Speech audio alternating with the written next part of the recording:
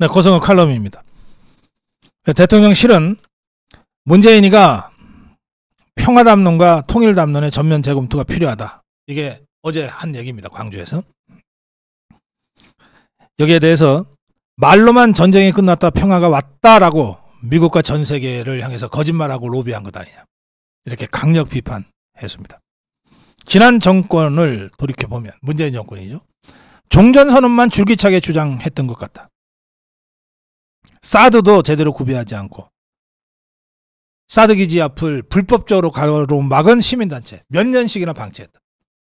한미 확장 억제에 무관심한 5년을 보냈고 그러면서 전 세계를 다니면서 북한을 옹호하는데 정력을 낭비했다.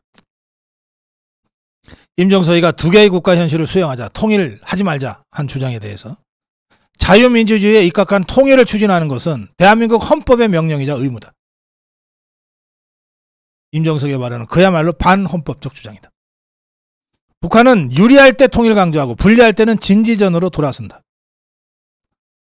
핵미사일을 통해 무력을 통해 남한을 접수하겠다고 북한 헌법에 적어놨는데 이게 흡수통일이지 우리가 흡수통일하자는 것이 아니잖아요. 대통령실이 이렇게 반박했습니다. 임종석이가 어제 통일하지 말자 이렇게 주장했거든요. 대다수 전문가들은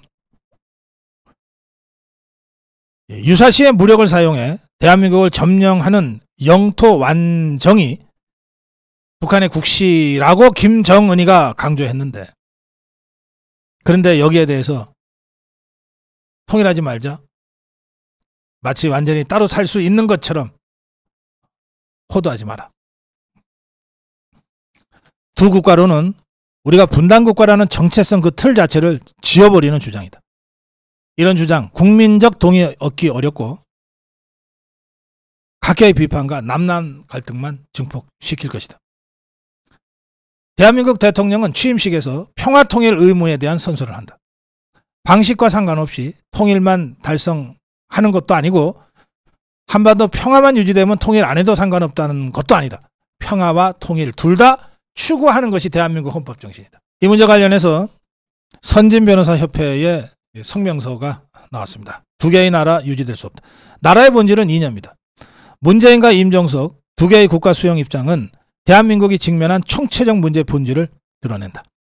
대한민국 안에는 헌법 제3조 영토조항을 인정하는 사람들과 그걸 인정하지 않는 사람들이 공존한다. 대한민국 헌법 제3조와 4조에 명시된 한반도의 자유통일 지향은 건국 이래 유지되어 온 국가 정체성의 핵심이다.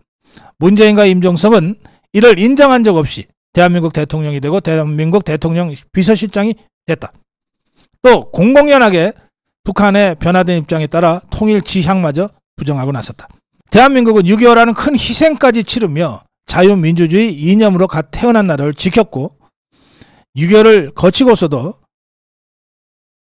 한반도의 남쪽에서 자유 대한민국을 부정하는 흐름이 꾸준히 지속 확장되어 온 것에 대해 지금도 투쟁하고 있다. 문재인 측은 부끄러움을 모른다. 이들은 북한을 핵 보유국으로 인정하자고 한다. 통일된 조국을 위해 봉기했다면서 4.3을 미화하고 두 개의 국가를 인정해야 한다고 강변한다.